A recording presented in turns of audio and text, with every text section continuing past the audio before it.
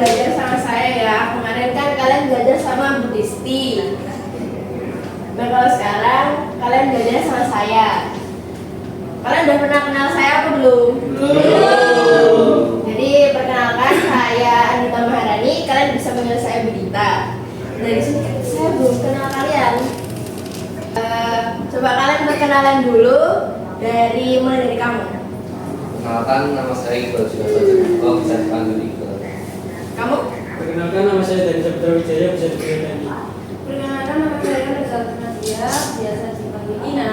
Oke, kenalkan, nama saya Farida Tugasala Sekian, bisa dipanggil Farida. Kamu? Nama saya Disney Purbaya, bisa dipanggil Disti. Kamu? Perkenalkan, nama saya Tania Sari, bisa dipanggil Tania. Oke, kamu? Perkenalkan, nama saya Alvin Aja, bisa dipanggil Alvin. Perkenalkan, nama saya Muhammad Sedang Tamimi, dipanggil Satria. Perkenalkan, nama saya Sena Arifin, biasa dipanggil Sen. Oke, kali ini kita mau belajar tentang materi penelitian geografi ya. Ya, Bu. Ya, Bu.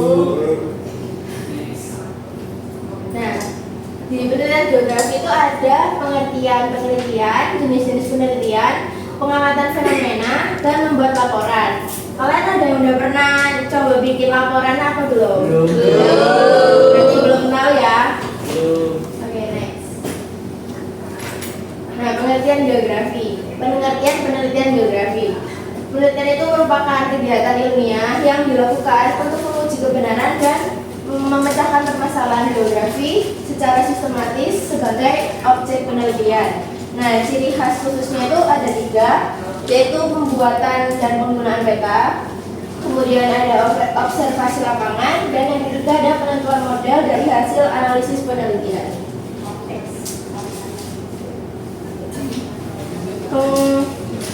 Penelitian geografi itu bisa dibedakan berdasarkan tujuan.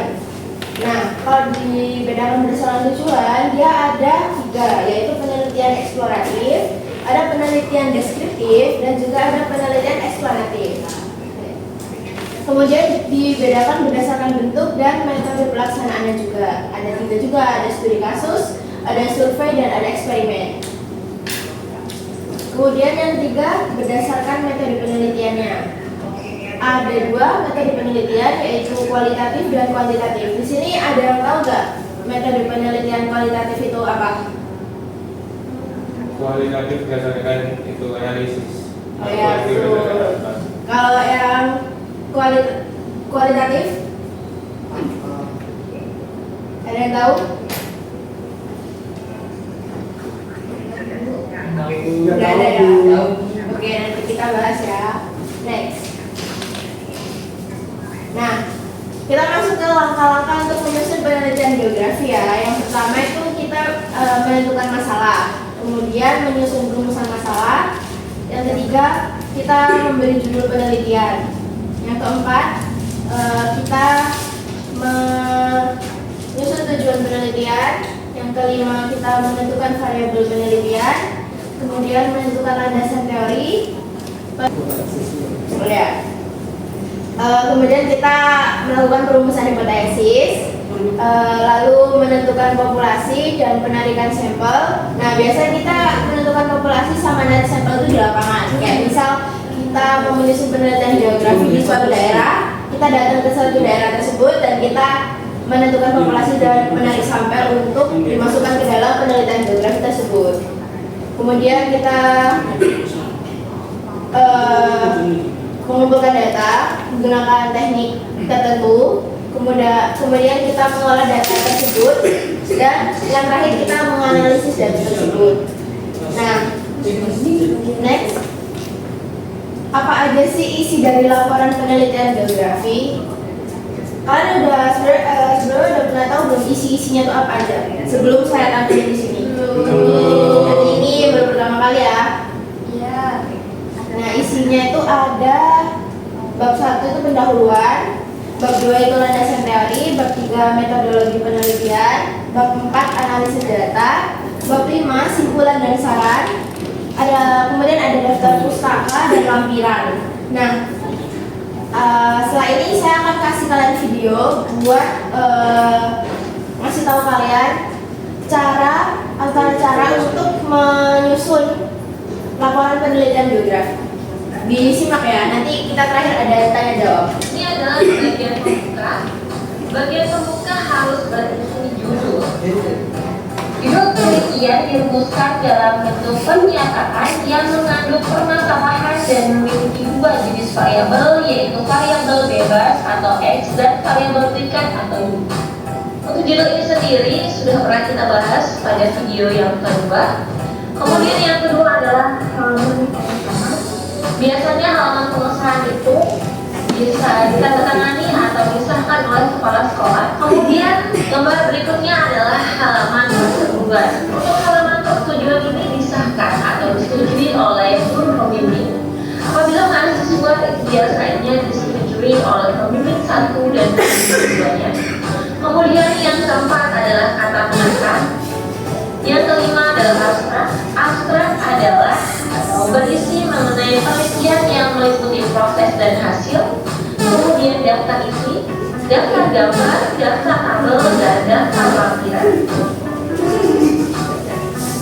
Kemudian kita akan membahas mengenai bagian isi atau badan laporan, yaitu membuat uraian-uraian tentang proses penelitian dan hasilnya. Pada bagian ini, penulis harus mampu menggambarkan pola berpikir ilmiah dalam keseluruhan proses penelitian. Nah, bagian isi pada laporan penelitian terdiri dari 4 bab. Bab pertama yaitu berisi pendahuluan. Bab kedua landasan teori atau kajian teori. Bab ketiga mengenai metodologi penelitian, dan bab keempat itu hasil dan pembahasan penelitian. Kita akan mengulasnya satu persatu. Yang pertama adalah bab 1, pendahuluan. Bagian pendahuluan harus mencakup 4 hal.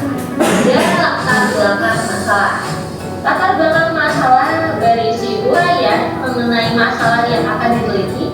Selain itu berisi penjelasan mengenai ketidakcocokan antara rencana dan pelaksanaan yang kemudian menimbulkan masalah. Kemudian yang kedua adalah rumusan masalah. Rumusan masalah berisi suatu pertanyaan yang akan dicari jawabannya melalui pengumpulan data. Nah, setiap rumusan masalah penelitian harus didasarkan pada pokok permasalahan yang jelas. Kemudian yang ketiga adalah tujuan penelitian. Tujuan penelitian adalah hasil yang ingin dicapai dalam melakukan penelitian. Dan yang keempat adalah manfaat penelitian. Manfaat penelitian adalah kegunaan hasil penelitian baik secara teoritis maupun untuk dijadikan landasan pengambilan keputusan oleh pihak-pihak terkait. Beri kejutan dengan kajian kimia dulu ya.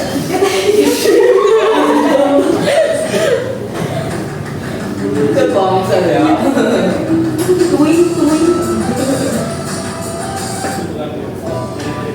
Kemudian kita akan membahas bab 2 mengenai landasan atau kajian teori. Untuk landasan atau kajian teori ini sudah kita bahas pada video sebelumnya. Kita ulas lagi. Landasan teori itu biasanya digunakan oleh penelitian dengan jenis penelitian kuantitatif atau yang bersifat angka-angka.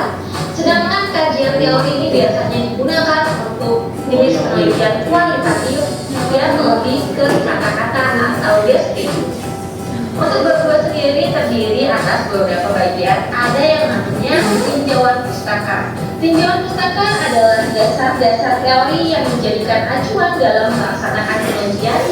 Kemudian yang kedua adalah awal pikir penelitian. Adalah anggapan dasar berisi kerangka konsep atau topik permasalahan. Yang ketiga adalah hipotesis. Kita sudah membahasnya pada video sebelumnya bahwa hipotesis adalah jawaban sementara atas rumusan masalah. Jawaban yang diberikan baru berdasarkan pada teori yang relevan, bukan data-data di lapangan. Kemudian yang ketiga yaitu bab 3 yang membahas mengenai metodologi penelitian. Metodologi penelitian menjelaskan hal-hal yang pertama yaitu cara sistematis. Cara sistematis di sini yaitu digunakan untuk mengungkapkan masalah secara mendalam sehingga tujuan penelitian dapat tercapai. Yang kedua adalah identitas variabel. Identitas variabel menentukan variabel bebas atau variabel yang mempengaruhi dan variabel terikat atau variabel yang dipengaruhi. Yang ketiga adalah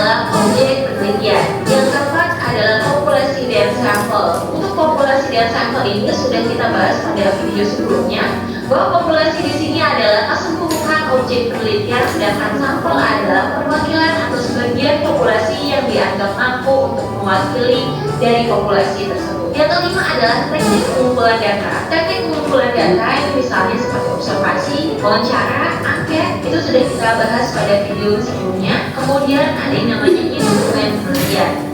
Instrumen penelitian yaitu alat untuk pengambilan data dan informasi dengan mendeskripsikan yang diperlukan bagi responden. Kemudian yang ketujuh adalah analisis data. Analisis data adalah bagian interpretasi dan kajian terhadap data ulang yang sudah terkumpul. Analisis data juga dapat dilakukan dengan uji statistik atau dengan mendeskripsikan hasil pengamatan atau penelitian. Kemudian bab keempat yaitu hasil penelitian.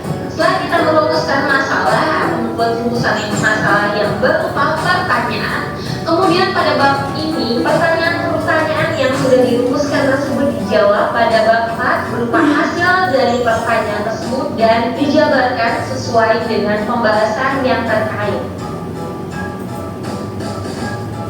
Kemudian bagian penutup menyajikan kesimpulan yang singkat, padat dan jelas.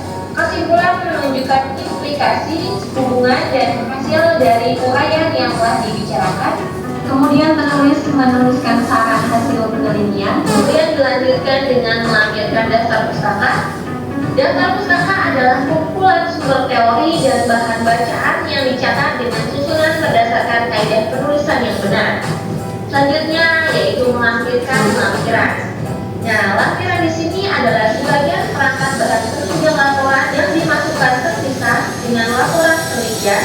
Umumnya berupa tabel-tabel, foto, gambar, surat izin dan instrumen pengambilan data apabila itu berupa angket atau kuesioner. Penelitian geografi sangat berguna bagi perkembangan ilmu pengetahuan geografi karena geografi adalah ilmu pengetahuan yang bersifat dinamis.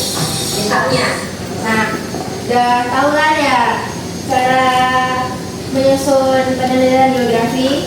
Jadi kalau misalnya nanti saya suruh kalian buat menyusun, kalian udah gak bingung lagi kan? Ya. Oke.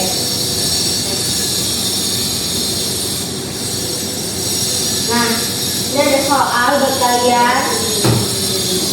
Soalnya individu. Kalian mau individu apa kelompok?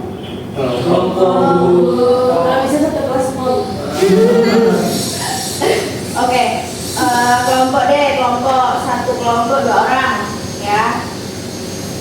Kalian buat kelompok berapa? 3. Ya nanti dikerjain ditulis tangan. Minggu depan saya nilai. Minggu depan dikumpulin ke saya. Ya, Bu. Ya. Cukup sekian ya pelajaran untuk hari ini. Kalian banyak yang berpaham kan? Ya. Saya akhiri pelajaran kali ini. Assalamualaikum warahmatullahi wabarakatuh. Waalaikumsalam warahmatullahi wabarakatuh.